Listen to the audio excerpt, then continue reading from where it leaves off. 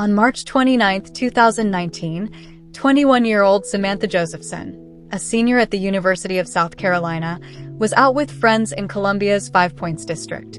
Around 2 a.m., she decided to head home and ordered a Lyft.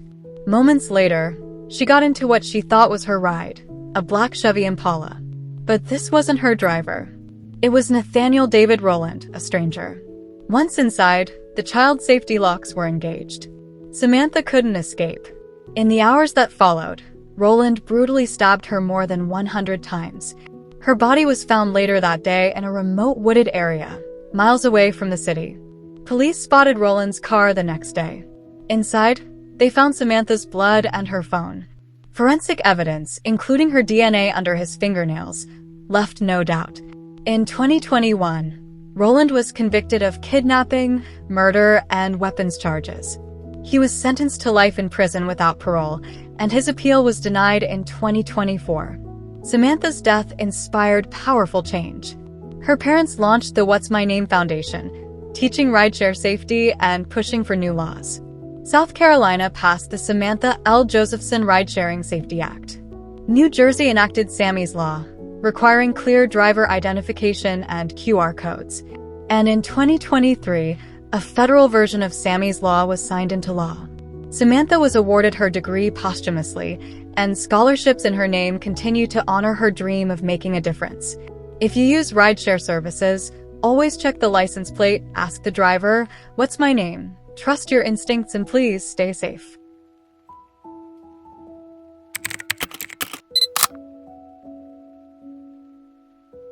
In May 2015, in Sand Lake, Michigan, Martin Durham was found shot 5 times in his home. His wife, Glenna Durham, was discovered nearby with a single gunshot wound to the head, later deemed a failed suicide attempt. Initially, both were thought dead, but Glenna survived. After the incident, Martin's pet African gray parrot named Bud began repeating a startling phrase in Martin's voice. "Don't fucking shoot." This phrase, recorded by Martin's ex-wife Christina Keller, who later took custody of Bud, sounded like it replayed an exchange between Martin and Glenna the night of the shooting. Several family members testified to hearing 2 voices, one male, one female, in a heated argument. Prosecutors considered using Bud's repetition as evidence. But as Newaygo County Prosecutor Robert Springstead pointed out, there's no precedent for an animal as a credible witness, and legal admissibility was highly doubtful. Despite the parrot's eerie mimicry, the court did not admit it as legal evidence. However, it did influence public perception and arguably motivated deeper investigation into Glenna's possible involvement. Investigators uncovered 3 suicide notes written by Glenna and identified financial troubles as a possible motive. In July 2017, a jury convicted Glenna Durham of first-degree murder. She was later sentenced to life in prison with no possibility of parole. The idea that a parrot could mimic real, traumatic events so closely that it influenced a murder investigation, it's both eerie and fascinating. While Bud's mimic seems uncanny, legal systems require direct, verifiable testimony, something a parrot cannot provide.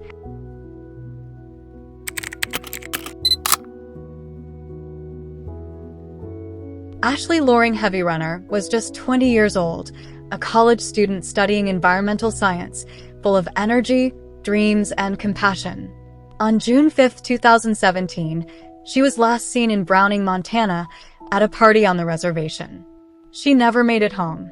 2 weeks later, a tip led family members to a remote area along U.S. Highway 89. There, they found a gray sweater, and some say red-stained boots, believed to be Ashley's. The items were handed over for DNA testing, but her family says they never got the results. A man named Sam McDonald told investigators he'd been with Ashley after she vanished, and that he drove her to meet someone nicknamed V-Dog. That man was later identified as Paul Valenzuela, who has a criminal record.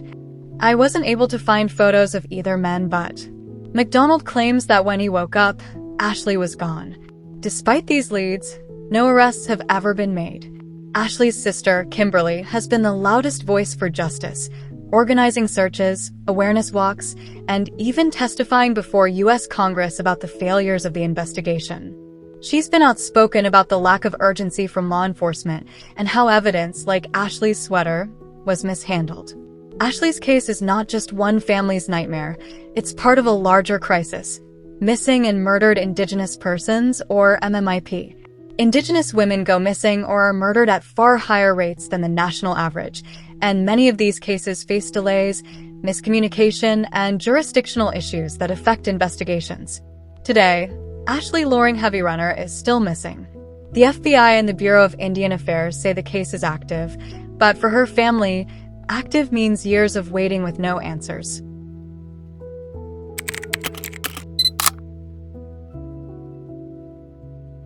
On February 26, 2024, 13-year-old Maddie Soto was reported missing in Kissimmee, Florida, just days after her 13th birthday on February 22nd.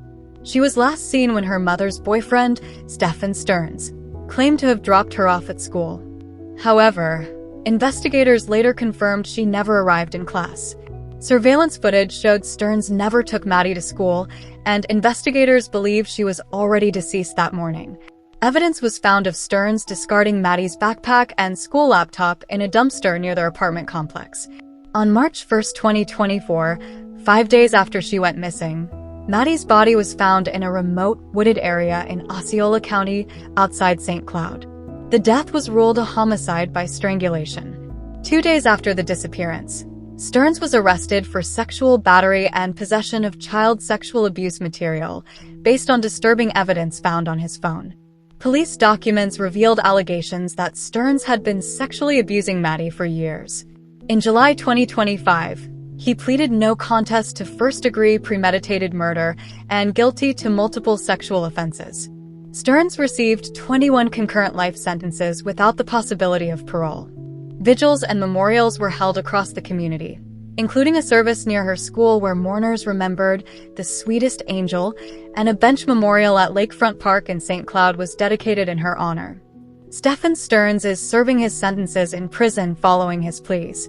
The mother, Jennifer Soto, has not been charged with any crime and remains publicly silent. Some have said her behavior surrounding her daughter's case has been off-putting and eerie. Although Maddie's case has been solved, her family and friends will continue to mourn for the rest of their lives.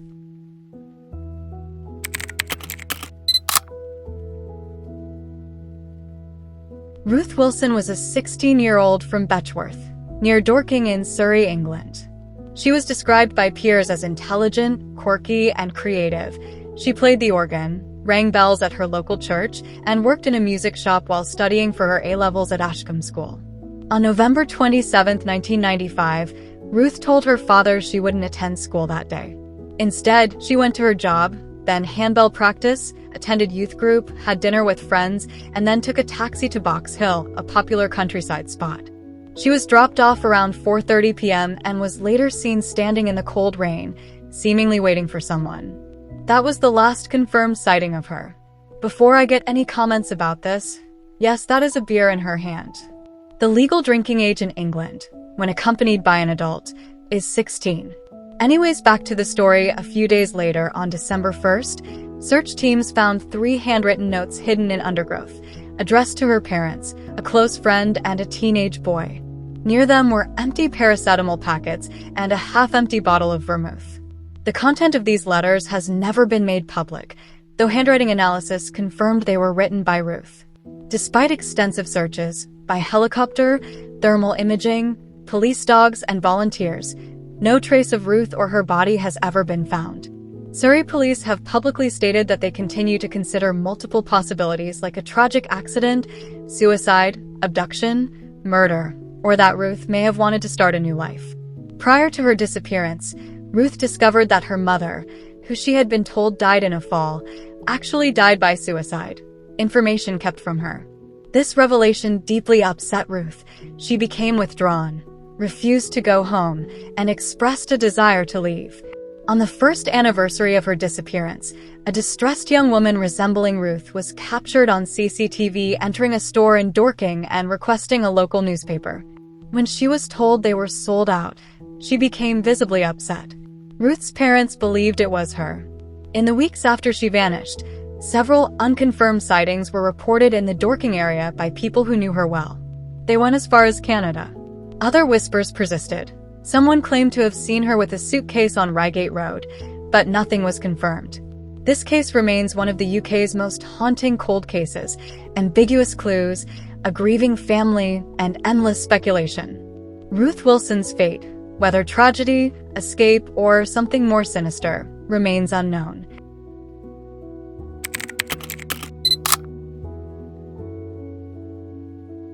Kara Kopetsky was just 17, a student at Belton High School, when she disappeared on May 4, 2007. Just days before, she had filed a restraining order against her ex-boyfriend, Kyler Yust, citing threats, stalking, and abuse. Despite her warnings, the authorities lacked sufficient evidence to act. Then, Kara vanished without a trace. She was last seen quickly chatting with a friend in her school hallways, and then she left the school grounds, never to be seen again. There was no clues, no suspects, just nothing. Fast forward to September 8, 2016, Jessica Runions, who was 21, disappeared after leaving a party with her boyfriend. Lo and behold, her boyfriend was Kyler Yust. Her car was later found burned and abandoned, raising immediate suspicions. Their relationship was toxic, as you can imagine, with Kyler being abusive toward Jessica. When her car was found burned, Jessica was nowhere to be found. In April 2017, a mushroom hunter in rural Cass County, Missouri, stumbled upon human remains. DNA testing later confirmed 2 sets of remains, Jessica's and, shockingly, Kara's from 2007. This discovery finally linked the 2 cases to the dirtbag, Kyler Yust. Yust faced charges for both women. Voluntary manslaughter for Kara. It's unclear why this wasn't a charge of second-degree murder. But he did receive a second-degree murder charge for Jessica. Only 15 bones were recovered for each woman. In April 2021, a jury convicted him. Yust was sentenced to life in prison, plus 15 years, bringing some measure of justice to the families who had waited over a decade for answers.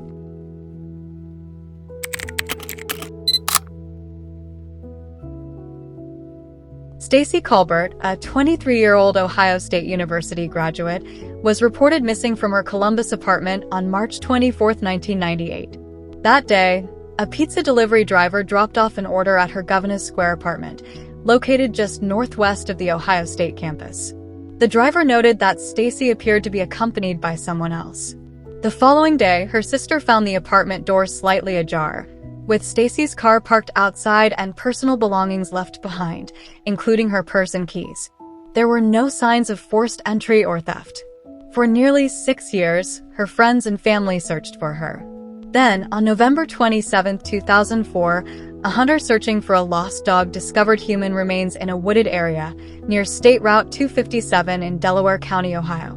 The remains were identified as Stacey Colbert's through dental records. The circumstances surrounding Stacey's death remain unclear. Investigators believe she may have known her perpetrator. Despite efforts to find answers, the case remains unsolved. If you have any information about Stacey Colbert's disappearance or death, please contact the Delaware County Sheriff's Office. You can also submit a tip to the Ohio Attorney General's Bureau of Criminal Investigation.